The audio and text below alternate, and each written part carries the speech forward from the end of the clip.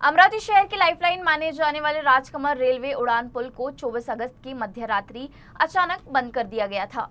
पुल की structure audit के बाद यह निर्णय लिया गया, लेकिन बिना वैकल्पिक मार्ग की घोषणा किए यातायात रोकने से शहर में अफरा तफरी मच गई है। इस निर्णय के खिलाफ शहर कांग्रेस ने मोर्चा खोलते हुए प्रशासन पर गंभीर आरोप लगाए हैं।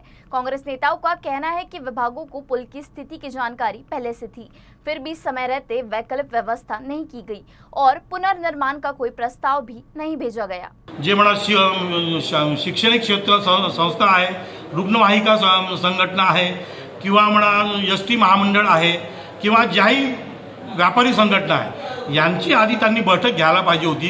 त्यांना या प्रकरणाची जाण द्यायला पाहिजे होती, त्यांना माहिती द्यायला पाहिजे होती की अशाचा प्रकरण आहे, हे शिकस्त उड्डाण पूल आहे, याचं स्ट्रक्चर ऑडिट झालेलं आहे, या काही नंतर हे डेंजर झालेलं आहे, म्हणून याला पाळण्याची गरज आहे। परंतु याच्यापेक्षा खतरनाक आणि डेंजर विषय आहे की या उड्डाण पुलासंदर्भात 2023 मध्ये प्रशासनाने शासनाकडे 2250 कोटीचा निधीबाबतची मागणी केली होती आणि प्रस्ताव मंजुरीकरिता पाठवला होता।